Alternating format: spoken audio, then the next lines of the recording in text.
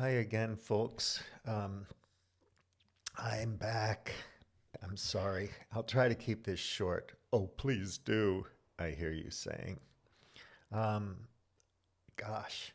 Uh, yeah, I posted some snarky, ironic humor on Facebook, and some of my dear friends who were Harris supporters were quite triggered.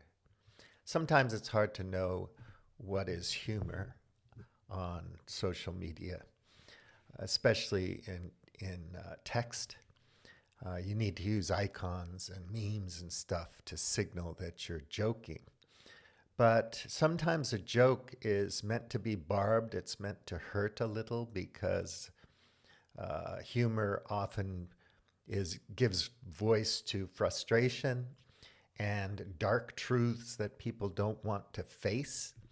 So in the media, I often look at Turkish media and Chinese media and Russian media and South American media, different countries in South America and Mexico and Japan and so on, to see what people are saying in those places, what their perspective is, because each region, each culture, each community has a different perspective that's based on their beliefs, what they're exposed to, and their unique needs and concerns, which are generally valid, at least to them.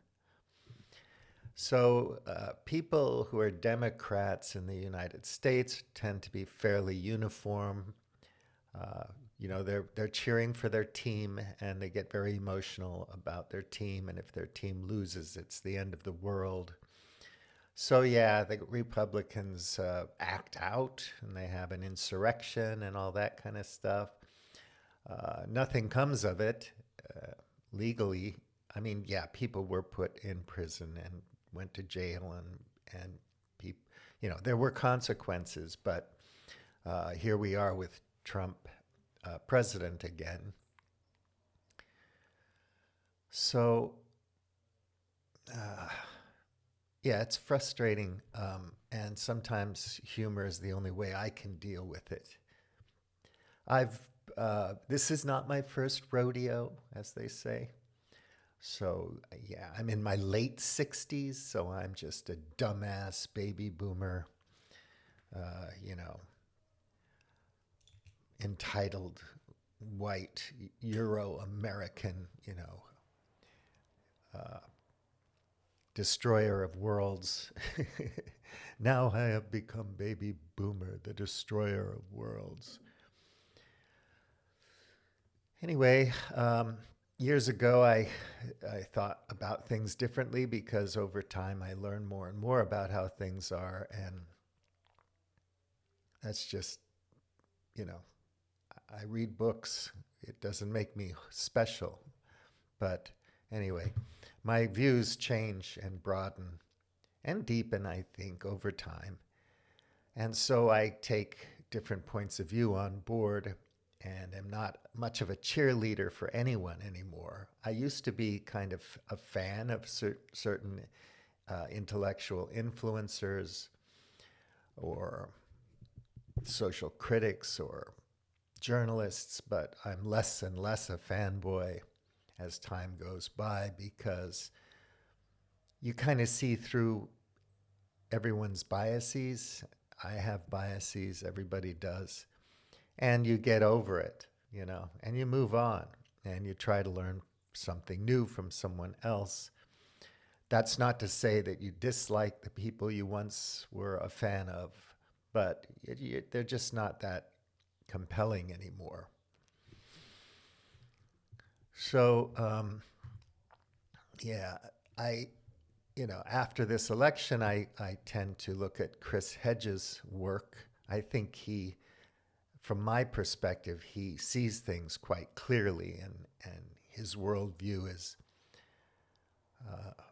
closely aligned with mine, or I'm aligned with his, or whatever. We've read the same books, or whatever. Anyway, I've read his books. I admire him and think he's in, a person with integrity and honesty. and I think he has good things to share, so I share his work. People aren't going to look at things that I look at, obviously, because they're busy looking at something else, whether it's some mainstream news outlet or something else, some alternative media thing on Odyssey or Rumble. I'll look at Al Jazeera and RT. I'm not afraid of them. Other people I know would never do that because, to their mind, there's nothing to see there.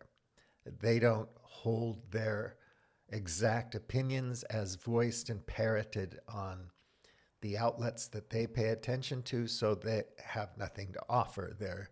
Their lies, fake news, propaganda, blah, blah, blah. I don't see it that way. I think the worst thing you can do in the world is put your head in the sand, or not want to know what Putin thinks because you don't like him, or not want to know what Trump thinks because you don't like him. You know, running on the vilification of the other candidate doesn't work. And when are we ever going to learn that? You have to come to the table with specifics and solutions. You have to differentiate yourself from the incumbent that's not running, and tell people what you're going to do differently that's really going to make a difference to them. And you have to listen to everyone. It's not good enough to say that you're going to be the candidate or the president for everybody. That's just rhetoric. There's nothing specific about that. There's no real commitment there. You're just telling people what they want to hear, and that's the easiest thing in the world to do. And people can see through that. So, I mean, Donald Trump's saying it now. We have to heal our nation. Our nation needs help. We have to help our nation, blah, blah, blah. I don't think that the oligarchs or that players like Trump or Musk or even JFK Jr. really have our best interests at heart. A lot of these people are just egomaniacal and just like being in the limelight and feeling important, and they really do believe that they have the answers, all the answers, and something to say. Other people are more cynical. They're really just robbing us constantly. Chris Hedges talks about oligarchy in his latest video post-election live stream Q&A. And these lessons coming from his understanding of oligarchy is really important to take on board. These people thrive on chaos. They make money going up. They make money going down. They make money on war. They make money on peace. The remit is to make money. If you own shares, stocks, and bonds, you're making out like a bandit, okay? The stock market goes up. The banks are going to pump liquidity, and they're going to make sure that the players are getting paid. They run the game. The house never loses. The house always wins. You can learn about these things if you want to. But yeah, so the stock market goes up, and people are like, I hate Trump, and I'm glad the stock market went up. It would have gone up probably. It would have had a bump even if Harris won. They have a different way, both parties, of serving the elite, the oligarchy. Trump fans think that he's the enemy of the deep state. I think he is the deep state just as much as any Democrat is, or a neoliberal, neocon, whatever you want to talk about. I get frustrated with my communist friends because they think that dialectical materialism, that kind of analysis or reading Marx and Engels is somehow going to help us in 2025. But I do stand with labor and with working people. I just don't think those solutions are solutions anymore. We've tried for well over 100 years uh, different people. I'm not saying I'm a communist. I'm not. I wouldn't label myself anything at this point. But people have tried this, that, and the other thing for years, and it just keeps cycling through in often violent and disruptive ways. So you're doing well for a while, then you lose your house.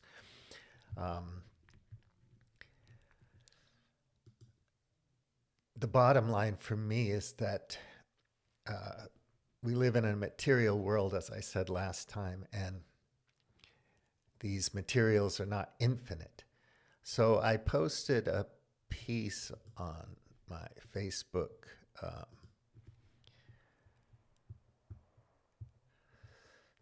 uh, about Kenneth E. Boulding. So here's a quote, a couple quotes from him. There is nothing desirable in consumption at all. The less consumption we can maintain, a given state with, the better off we are. So he's just saying consuming less is better, not consuming more. But try telling that to the economic ideologues or business people. You want to sell as many cakes as you can.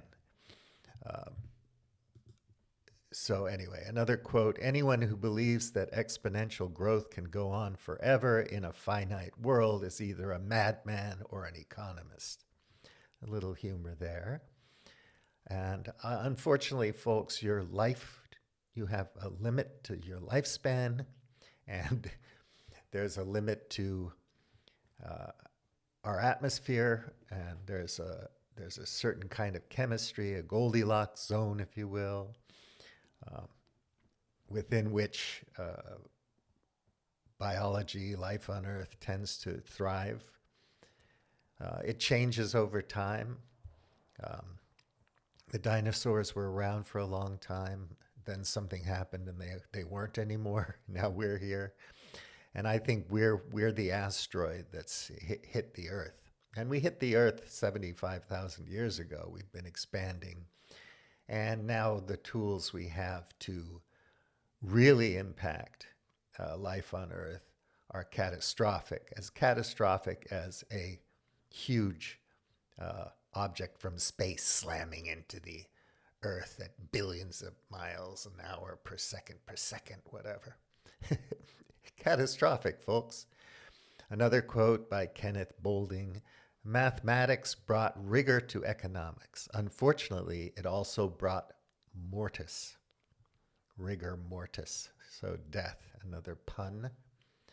It doesn't hurt. Nothing fails like success because we don't learn from it. We learn only from failure. So it is funny that the Democrats succeeded last time. They got rid of the evil super genius, Donald Trump, and Biden came in. This time they failed. They didn't learn from their success. They never do. It's the same old, same old. It's business as usual every time.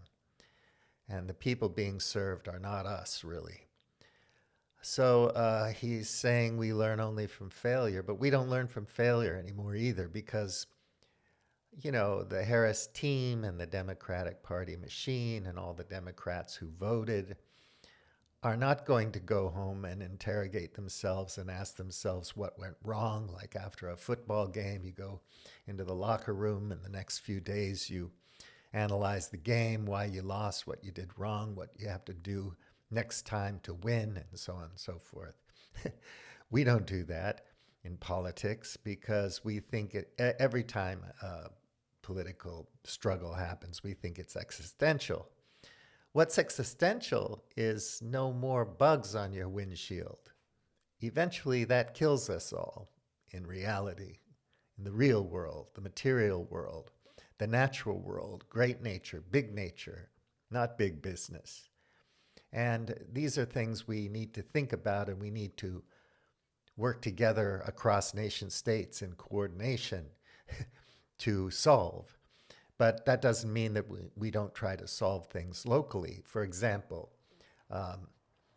Spain had this horrible flood in Valencia. It was very destructive. A lot of people died. It's not enough to be green or put up some wind turbines or say at COP20 2,479 million that you're going to be greenwashing everything. It's not enough.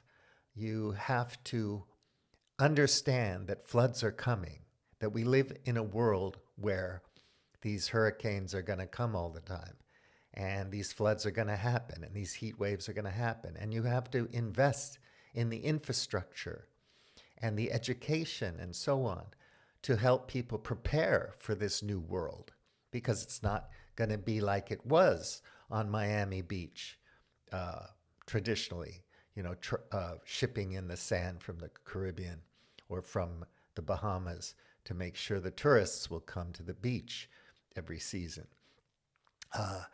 That shoreline's going to erode. Florida's going to shrink. I don't know if their electoral college number will shrink, but their population will shrink over time, probably faster than we think. And we have to invest in preparing for that. So if Manhattan's going to have problems with the water table, or if you have problems with, aquifers or whatever it is, you have to invest in preparing for that reality. It's a tough thing to do. Nobody wants to do it, but you have to. It requires some sacrifice, some planning, some commitment. And you have to do that. It has to be nonpartisan. It has to be evidence-based, science-based. We have to be rational about it. We have to be logical about it. But again, like I said last time, emotions are important, and people like Trump have a great deal of emotional resonance with their fan base. Yeah, Chris Hedges says it's a cult.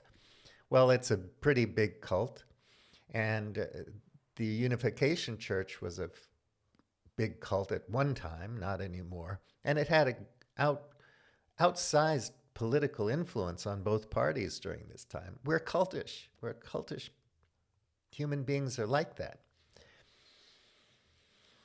Our emotions are important to us. So, another quote: all this talk about artificial intelligence is really just hype. It will take at least 50 years before we have to let them vote. Again, it's humor, and he wrote this in 1993. He's talking about artificial intelligence. We've been talking very, very seriously about climate change and global warming, global heating, ecological issues, and so on, since the 60s, very seriously, in great detail, with lots of evidence and knowledge, and we get more and more every day. And we continually do nothing about it. That's a problem for me. The fact is, whether Musk is telling you to tighten your belt, or some other, billionaire from somewhere, Schwab or something, Davos, we will have to tighten our belts. It's going to come. It's happening. And peak oil is a thing. So I ask people to read about it so they're prepared for it. But we don't want to prepare for these things. We just want to have fun, and we want to believe that someone's going to deliver us from our problems. And they don't. They never do. They never will. The politicians aren't going to do that for you. And the billionaires aren't either. And, getting together and creating relationships with your neighbors is hard work. It's no fun. We don't like everybody. People rub us the wrong way. I know I rub lots of people the wrong way. I'm not going to have a whole bunch of friends. That's just the way life is. So I have to get used to it. So Kenneth E. Boulding is interesting. Look him up on Wikipedia. So I published a piece from him on my blog at cospelon.eu. And as a preface to it, I said, no matter how many wise voices over time express that nature has all the answers.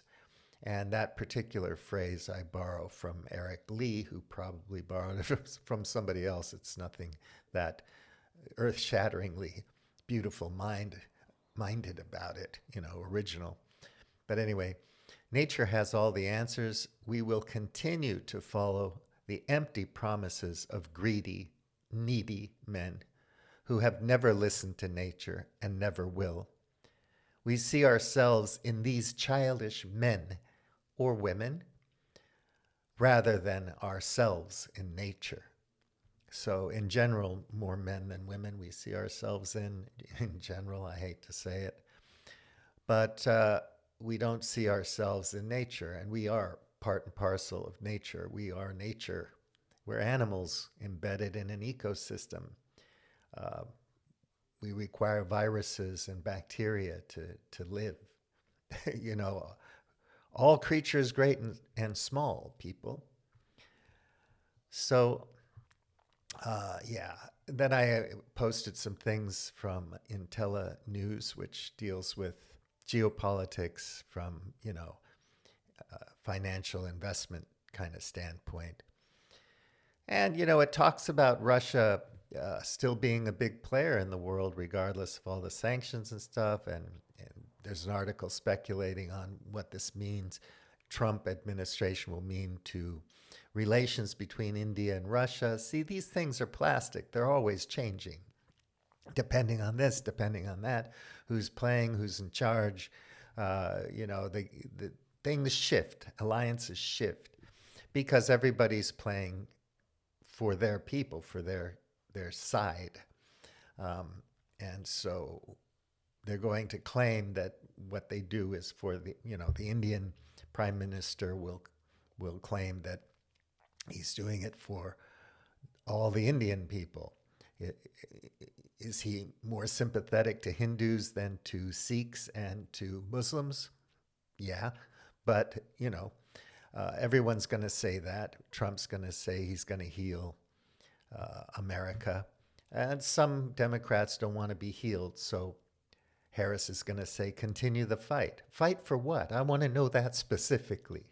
And I want to ask you, if you're a Democrat, what are you fighting for? And be honest, I'm happy with whatever you're fighting for. It's your business to fight for something, so fight for it. If it's LGBTQ, whatever, or if it's this or that or the other thing, I understand it's important to you, and I would say fight for it. But be specific about it. Are you saying fight for Democrats, for the Democratic machine next time, and maybe we'll win, maybe we'll lose, but things will continue on as before, and you'll have a Samsung A25 or 28 or 38, and it'll have AI and it'll be fancier and cooler, but you'll be renting a little capsule hotel in the city and working 5-gig economy jobs from a computer screen while lying on your back staring at the ceiling or whatever.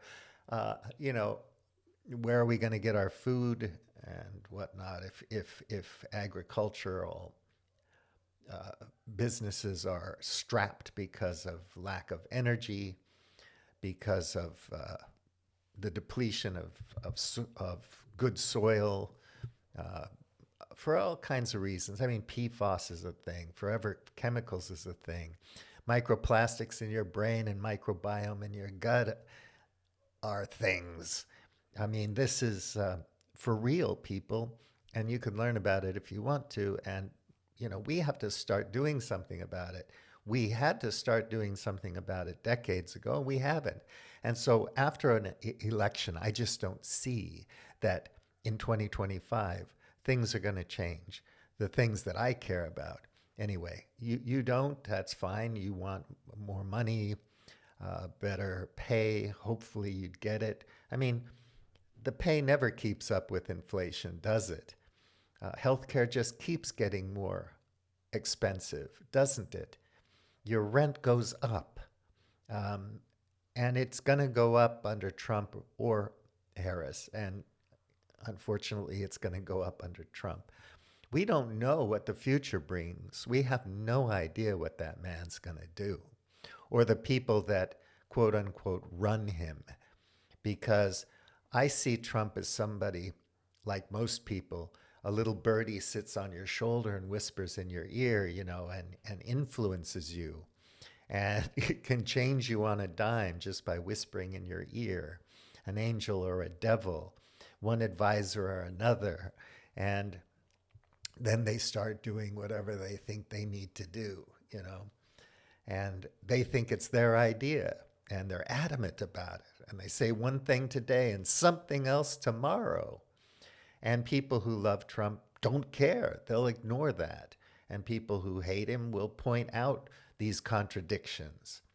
I see contradictions everywhere. I see feedback loops everywhere. Once you see them, you can't not stop. You can't not see them. So it's a bummer. Also about Harris, personally, just me, this is my personal experience, and just me, nothing to do with you. I didn't even notice her for 4 years. She was pretty much invisible. The things I noticed for 4 years that started long ago in 2014 and even before that were the wars, Ukraine-Russia war, what caused that. Since October 7 last year, the Mideast war, what caused that. These things didn't happen on the date of the invasions. They started happening decades before. And if you read the history of the Middle East, you know this. You can go back to the turn of the 20th century, and you can go back to pick a date, 2006, 1947, 48, and see these things and how they play out and what causes them. The complex array, suite of causes that put these things in motion. They just don't come out of nowhere. And there are powerful players instigating these things for good reasons, in their own self-interest. We were talking the other day, and people are talking about Holland and the insurance industry and finance and so on. Well, it's really what made Holland so great and the British Empire so great, and French Indochina, the French Empire or whatever, so great, call it what you will, is colonialism. You go somewhere else and you take stuff from somebody else, and you corrupt the leaders in that place, and you ship that stuff somewhere else to make added value goods to sell. And you play the markets. And the people who can do this become extremely, wildly wealthy. And the rest of us are just workers or servants or staff for these players. That's just the way it is. If you just left Holland to Holland, the Low Countries, put a border around it and said, this is it, then you got people with cows and fields. You don't have dikes that hold back the water and amazing technologies that keep Amsterdam afloat and so on. The canals are great because back in the day, that was the most efficient way to move things around, was by water. Now we could have rail, we have air, obviously, we have shipping, containers. All of these things allow us to have a global economy, and particularly we in the West, in the global North, to be fairly affluent compared to others. That doesn't mean there isn't horrific, horrendous, and ugly, despicable inequality in the United States, in the UK, in wealthy countries, in Australia, because there is. And it shouldn't be that way, but whatever. We can't imagine any other way to go, because those little things are whispering in our ear 24/7, making us think this way or that and believe this or that. And we can't rise above it to analyze it and figure out, how it got in our heads in the first place. So Mark Shloboda is another guy who lives in Russia. He's an American, a vet. He was in the Navy. You don't want to listen to him because, he's in Russia, so he's a bad guy. But he has a unique perspective that's important to understand if you want to know what's going on in the world for real. But you don't, so it's okay. Never mind that. But people are funny because you have an algorithm pushing stuff to your friends on social media. And all I said was, at the time, Harris didn't go out and talk to the supporters that were hanging out there election night, all night, supporting her. And immediately when she knew she'd lost, she didn't go out and say something to those people who'd been supporting her all day. I think that's bad form because traditionally candidates do that. You say bad form, you're saying something bad about Harris. Oh, you're a terrible person. How dare you? And somehow I'm a bully and I hurt Harris's feelings, or I hurt the feelings of Harris supporters. And suddenly everybody jumps on that post. It's a simple thing. She didn't do this. I think it's bad form. That's my opinion. Who gives a fuck? But that's the big thing that everybody wants to comment on. Meanwhile, I'm putting articles about, who Trump might put in his cabinet, like Brian Hook, who's a war hawk who wants to ramp up conflict with Iran and so on. Nobody cares about that stuff. You're not going to get a comment on it. People aren't going to read it because they'd have to read more than one paragraph or a sentence. But you can emotionally react like this to a sentence or a meme posted. And it's a big deal. I lost my friend. We were friends for years. We don't agree on everything, but I kind of like him, and we know each other. But after he said that comment about not thinking Harris was the greatest thing since sliced bread, and suggesting that she had bad form, or that her speech the next day to her supporters was somehow really profound and meaningful, that just broke the bank with me. That just was a deal breaker. We're no longer friends. I can't talk to that guy. If you scroll down the wall, there's a lot of information there that tells us a story, that has a perspective, a point of view that might be interesting if you cared to look at it. But you don't. That's okay. Another post was from Substack, and meet the new boss, same as the old boss. Welcome to the Elon Musk times. Same old entangled interests, same old ruler impulses, same old elite power structures, this time with memes. So it was Hearst before, back in the day, and Murdoch. Now it's Elon Musk with Twitter. So did he make a bad move buying Twitter? Doesn't look like it, because even if he bought it with OPM, other people's money, and it's losing money all the time and chaotic, he has that platform. He can reach a lot of people. He has influence, outsized influence. And he's going to be Trump's guy now. So he's going to be the guy that fixes the economy. Good luck with that. The money's not going to go in your pocket. He's already saying to you that you have to tighten your belt. Imagine how much money he's going to make in the next 4 years. It's obscene. And Trump's going to get richer and richer too. And his family's going to benefit.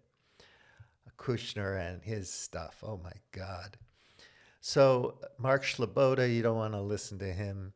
He just says that Trump's not going to bring peace to Ukraine. It's not going to happen. and Russia's just not going to go for it. They've had it with the West. Uh, they don't think they can negotiate or work with the West anymore. So all bets are off. This is an incredibly entrenched conflict that's going to grind on, and it's a tragedy. And yes, cliche as this may sound, it didn't have to happen.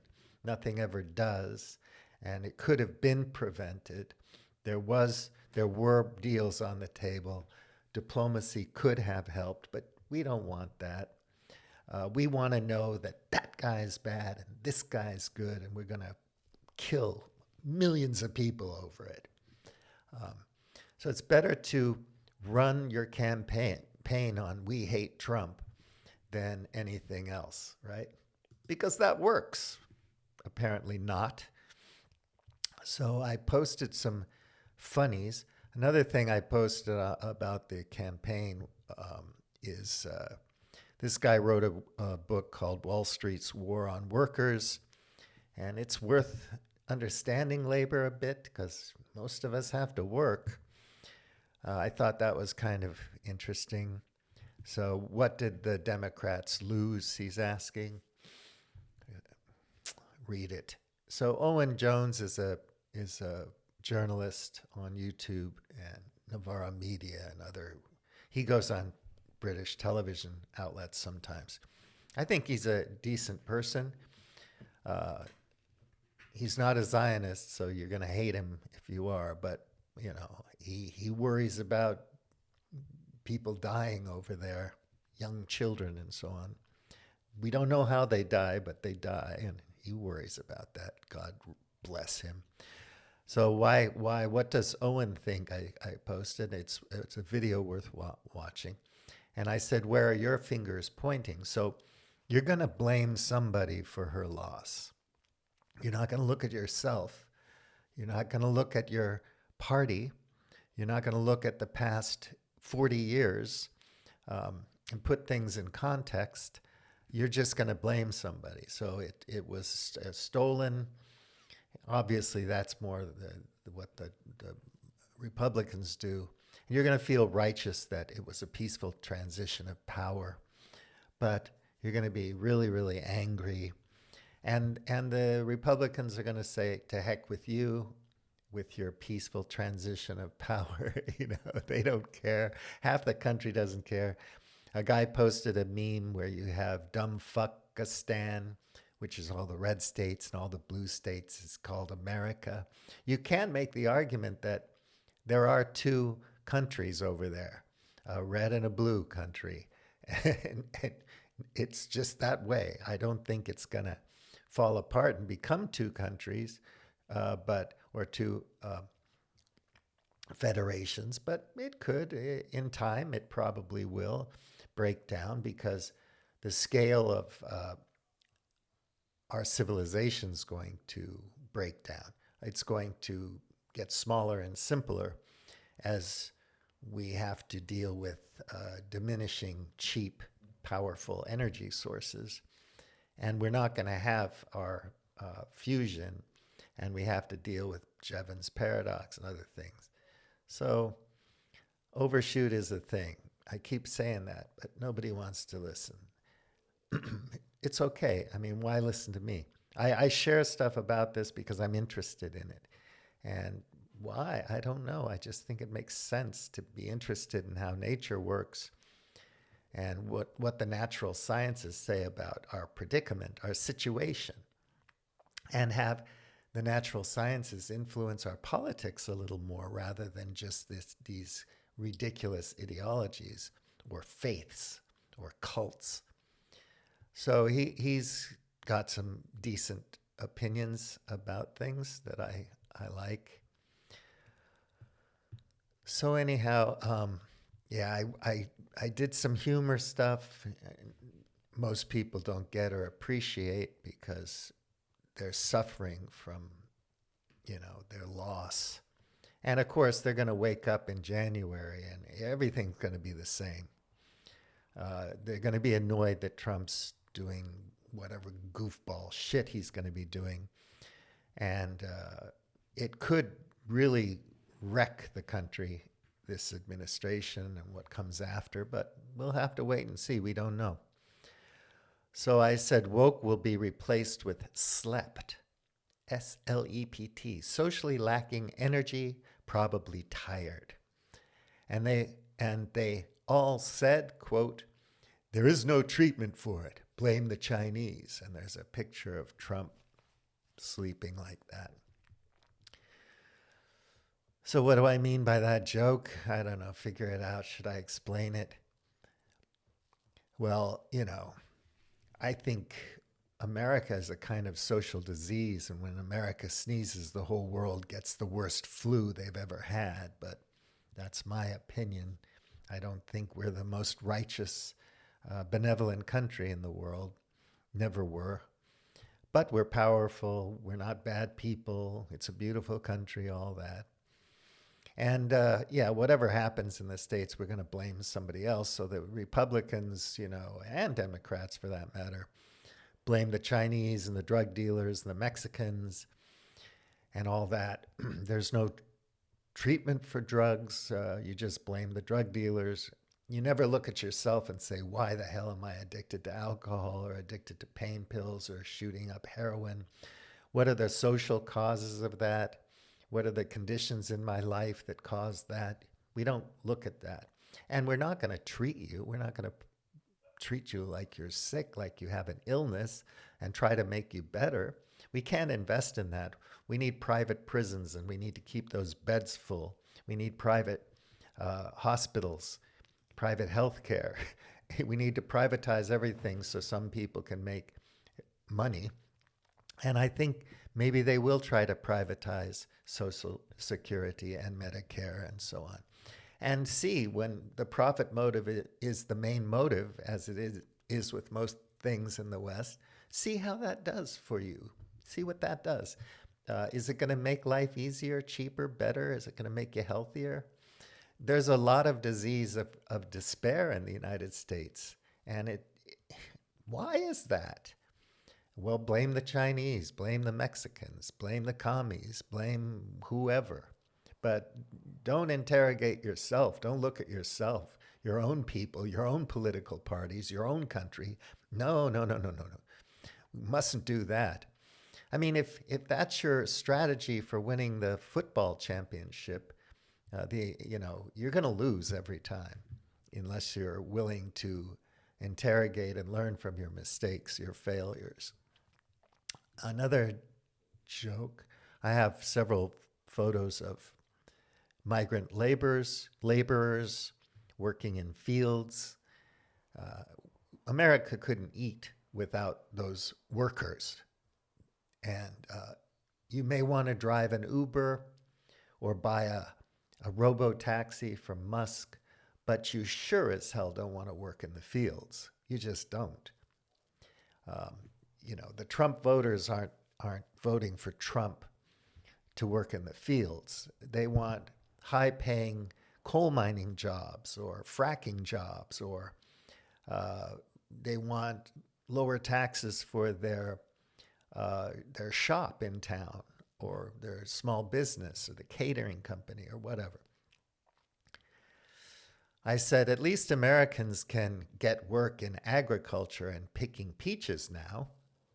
And remember, Trump said that he's going to only let super competent, highly educated, and high-tech qualified people into the country who won't be competing with Trump voter jobs. So that's mean, isn't it? But I'm implying that he's signaling to you that we're going to let the real smart people come in and take high-paying jobs.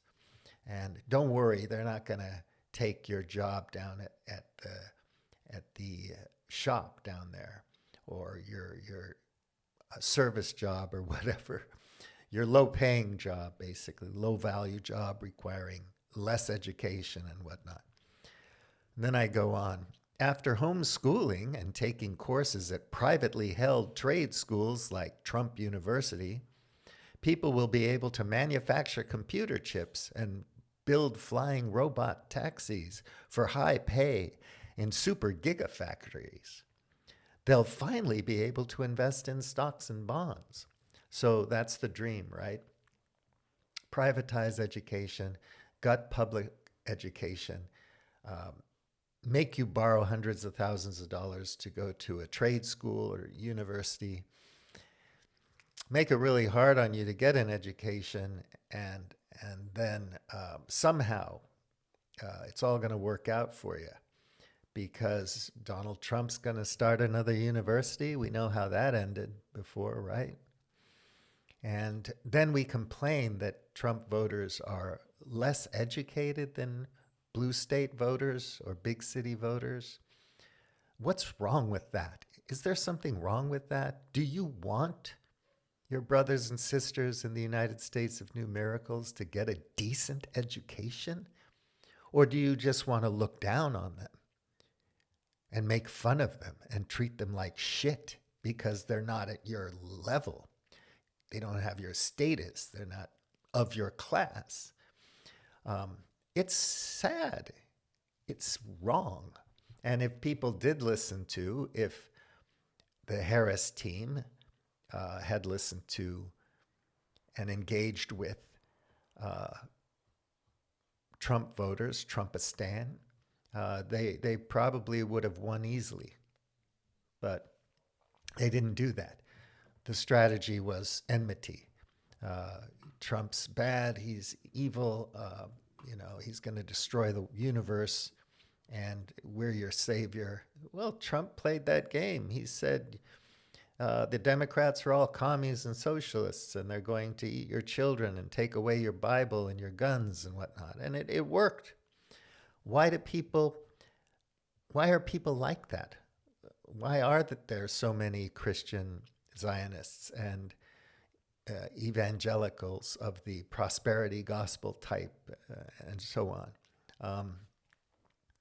You had Carl Sagan and other people who advocate education and science literacy and so on, and we just don't ever get there.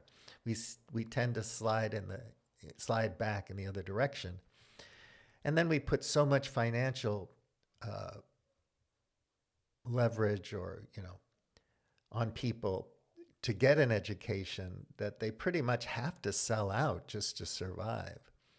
So Hedges complains about having been kicked out of the Times and the Real News and this and that because he says something about somebody in another country, some community of people that are dying for some mysterious reason. Bombs are landing on their houses and hospitals and schools for some reason, and they just mysteriously die. And he tends to feel bad about that because he's a good Christian, don't you know? Compassionate man, more of the Beatitudes type of sweet hippie Jesus than the wrathful God type of the Old Testament. And because of that, he's not playing along and he gets booted. But his voice never goes away. He never gives up the fight. So the Harris team could learn something from people like Hedges, Chris Hedges, if they wanted to. So yeah, that bit of humor there, maybe it rubs people the wrong way, but I want people to understand that you have to look at things from multiple perspectives and points of view, and you have to listen to people to understand them so that you can devise a strategy, a way of communicating that will bring people to your side if you believe passionately and strongly that your views and your policies or whatever are good and will benefit people in general. If your plan is just to fuck the other guy, screw them over, make sure they lose, you don't have to do that. You can just figure out some way of wrecking their world and be happy about that. I'm not that type of person. So I sympathize with Chinese people, Chinese workers, Chinese people who lost their house, who moved into a building with substandard concrete and then had to move out after spending their life savings on an apartment. I don't like seeing people in Central America feeling like they have to walk through the jungle to go to the United States to escape poverty, starvation, and violence. I would rather there weren't refugees. I would rather the United States didn't run around creating refugees in Syria, Iraq, Afghanistan, and other parts of the world, because they have to control resources to keep the great game going, which is the big, capitalist game of, neocolonialism and stuff. It is a thing, folks. You can learn about it if you want to. It's not just a bunch of empty words. And if you're a defender of the status quo and you think all of this is stupid, that's fine. You're living in paradise then. So why worry about anything? You're sitting pretty. And we don't matter. Our opinions don't matter. People like me are idiots. We're fools. We're stupid. So why even bother getting worked up about what we have to say?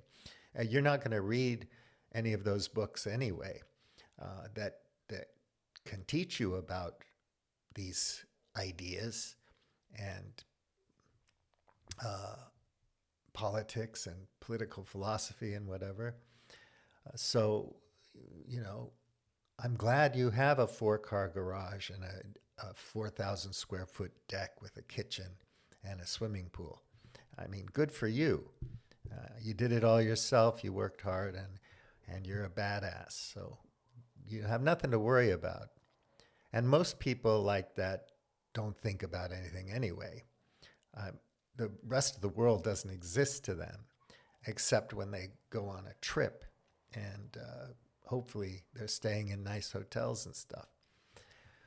Another bit of humor, I put up a picture of Twisters, a Twisters movie poster, and a photo of Noah's Ark that somebody built somewhere. And I said, now that Trump controls the weather machine, do you think he will drown California in biblical floods? Hurricane New York and Twister, Colorado? Scary, no? Many of his supporters believe he won for a reason and is anointed by God. I hope they aren't talking about the Old Testament God, because that guy can be wrathful as hell. So, after the last couple of hurricanes, some people like Marjorie Taylor Greene said that the government made it happen, seeded the clouds or did some magical thing to fuck with Carolina, whatever, which is absurd and ridiculous, but people listen to it. It's madness. But in general, I think Democrats believe that come January 1st, people are going to be in FEMA camps and they're going to be constructing prisons all over the states and herding people into prisons and having people out back, put up against the wall and so on. They believe this kind of thing. What they get emotional about is enmity, just like the Republicans. They're the bad guys. So Republicans vilify the Democrats in their special way, and the Democrats vilify the Republicans. So, on our side, we think we're smarter because we're blue or we're independent or we're whatever, progressive. So we're smart. We're smarter than most people, we think. And still, we believe that it's the end of the world. Trump's a president, so it's all over, I think the Democrats can end the world just as easily. These multipolar traps and sword of Damocles and these kind of all the stuff that comes with having to control the material world, needing the energy to mine the materials, to make the stuff, to make money in the markets, right? Stocks and bonds. public companies, unicorns, all of this stuff is it's an existential struggle for the players, you know, and we citizens of nation states, we're stuck. We're citizens of a particular state, and we're stuck there, and we have to play for our team, and our leaders tell us what's important, and we have to go along. And generally, most leaders, maybe I'm cynical, but around the world, in a lot of countries, are corrupt, and they're robbing their own people, claiming that they're doing it for their own people, for their people. Anyway, yeah, I could write this down and make, an outline and points and all that, but there's so many good people on the internet that write essays dealing with all the things that I touched upon. This to me is more like a video diary or something. I just feel compelled to say something. I guess if I had 4 or 5 people around me that wanted to talk about these things, I would just talk with them, and there wouldn't be a video. Because I don't think anybody who's very passionate about something is going to have their mind changed by what I say or what anybody says. They're emotionally attached to their beliefs, and cognitive dissonance is a thing, and it's just too painful to divorce oneself from those emotions and try to think critically about why you feel a certain way, why you feel the way you feel. So I hope that you can try to relax, breathe, take some long walks. That works for me. Do some exercise, resistance training, eat some fiber, do some things that are healthy for you to allow you to relax and, have a couple of good days and put this behind you. And then if you do want to do the work, if you do want to fight the good fight for Harris or whoever, you can get up and get busy next week and do what you got to do. Do what you can do in your community. And I think that will entail your going to meet a Trump supporter and try to understand them. I get it. I mean, for me, I'm sure that some Trump supporters, I couldn't have a conversation with them because I think that I would have to just listen and nod my head and say, okay, I understand. I feel you, because I don't think I could have a very deep, substantive conversation with them about something, because I just think that some people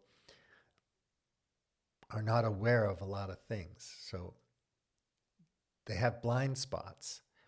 I call it ignorance. I don't blame people for having blind spots or being ignorant. I'm much more angry and frustrated with people who know better and are willfully ignorant just to protect their feelings or to protect their paycheck, their money or their status or something like that.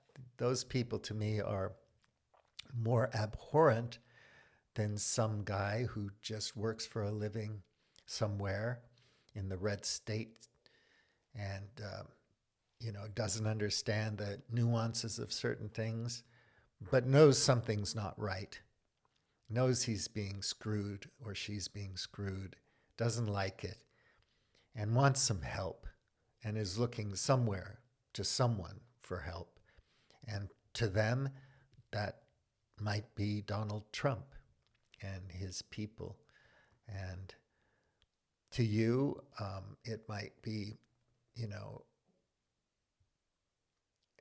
Harris or somebody else, something else. My communist friends think that somehow communism is going to be a thing. My socialist friends think that somehow socialism is going to be a thing. I think all these things are outmoded, and we're going to have to start thinking in terms of the material world, the natural sciences, understanding energy on all its levels, in terms of biology, in terms of thermodynamics and physics.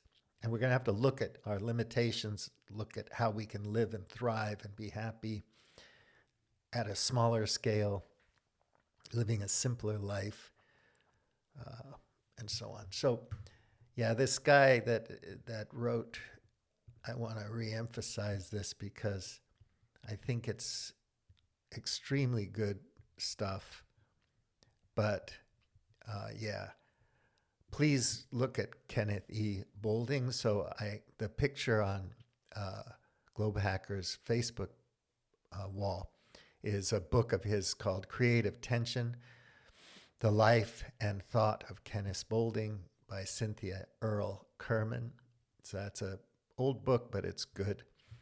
And the essay I published on my blog is called The Economics of the Coming Spaceship Earth by Kenneth E. Boulding. Again, I got the heads up from this. I've read it before. I'm aware of Boulding, but I got the heads up from Eric Lee, and I thought, you know, I'm going to post this for the 5 or 10 people who care to look at whatever I post, because I think it's really, really good stuff. And I was able to use Notebook LM to make a fake podcast, a deep dive podcast, so you can listen to that if you don't like reading too much, because it's several pages of, you know, this essay that he wrote, this piece. But it really, you know, it aligns with my worldview and how I think about things. It was written in the 60s, and that's what I meant at the beginning when in that preface, you know, there have been wise people down through the ages, and we don't seem to listen to them. We don't seem to have the capacity to do that at scale in large communities.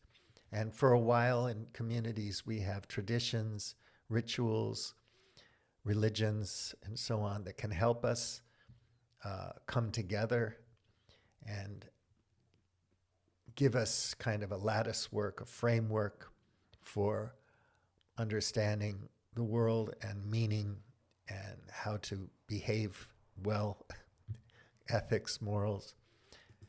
So, welcome to another deep dive. Today we're going to be looking at, this piece you sent in about Spaceship Earth Economics by Kenneth E. Boulding. Yeah. And I gotta say, it's a fascinating read. Oh, absolutely. Yeah. Boulding's work is really all about like shifting our perspective, Yeah. right? It's about going from this idea of an open earth to a closed earth perspective. Yeah. And you know, he makes the point that for pretty much all of human history we've kind of acted like cowboys, right? Like there's this endless frontier out there and resources are limitless, but now we're realizing that that's not the case. Right. You know, we're becoming more and more aware of, you know, Earth's finite nature. Right. okay, so that's there. You can listen to that. It's 17 minutes, so I hope that's not too much time. It's amazing that this technology exists. I couldn't have a podcast where I talk to somebody about this. I just don't know anyone that will talk to me.